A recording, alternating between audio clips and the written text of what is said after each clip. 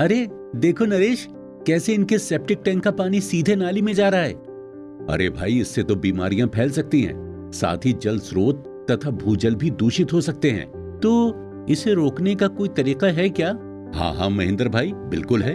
Septic tank के साथ सोक पिट बनवाना जरूरी है। ट्विन पिट बनवा लो तो और भी बढ़िया है। क्या ये ट्विन पिट कोई नई तकनीक है? महेंद्र भाई, ट्विन पिट एक लाभकारी तकनीक है। हमारे गांव में भी स्वच्छ भारत मिशन के अंतर्गत सभी शौचालय ट्विन पिट से बने हैं। इनसे किसी भी तरह का गंदा पानी नालियों में नहीं आता तथा सेप्टिक टैंक की तरह इन्हें मशीन से खाली भी नहीं करवाना पड़ता है। अरे वाह नरेश भाई, इस ट्विन पिट के बारे में और कुछ बताओ। महेंद्र भैया, ट्विन पिट के बारे में विस्तार से जानकारी तो सरपंच जी ही दे सकते हैं। तो चलते हैं उन्हीं के पास। राम राम सरपंच जी। राम राम भैया, हम तो ठीक हैं। तुम बताओ यहाँ कैसे आना हुआ? अरे सरपंच जी, महेंद्र को आपसे ट्विन पिट की जानकारी दिलवाने के लिए लाए हैं। भाई ये तो बहुत ही बढ़िया काम किए तुम नरेश।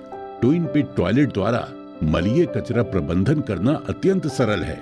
इसके द्वारा आप मल को खाद के रूप में परिवर्तित कर खेत में उपयोग कर सकते हैं।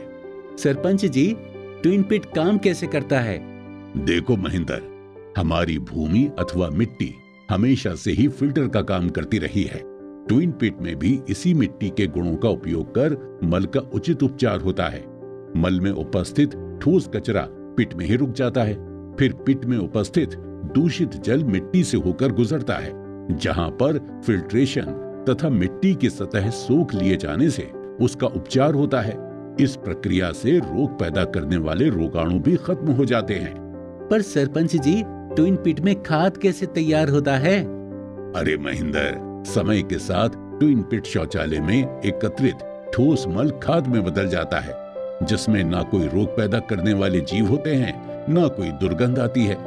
इस प्रक्रिया के लिए गर्म जलवायु में मल को गड्ढे में 1 वर्ष तक रखना चाहिए, जबकि ठंडे क्षेत्रों में 2 साल का सुझाव दिया जाता है।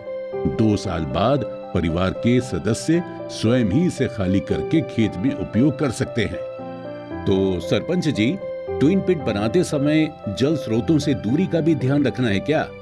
हाँ नरेश, पीने के पानी के स्रोत जैसे हैंडपंप, कुआं, नदी, तालाब आदि से सुरक्षित दूरी रखना महत्वपूर्ण है। स्वच्छ भारत मिशन ग्रामीण में ट्विन पिट को उन क्षेत्रों में प्रमोट किया गया है जहां पर भूजल 3 मीटर से नीचे हो। ध्यान रहे, ये शौचालय किसी भी पीने के पानी के स्रोत के पास ना हो। अरे वाह sarpanch ji, twin pit toilet तो बहुत ही सुविधाजनक है और इसे खाली करने के लिए पैसा खर्च करने की भी जरूरत नहीं। हाँ महेंद्र, सही कहा। चलो ट्विन पिट टॉयलेट बनाएं और गांव को स्वच्छ व समृद्ध बनाएं।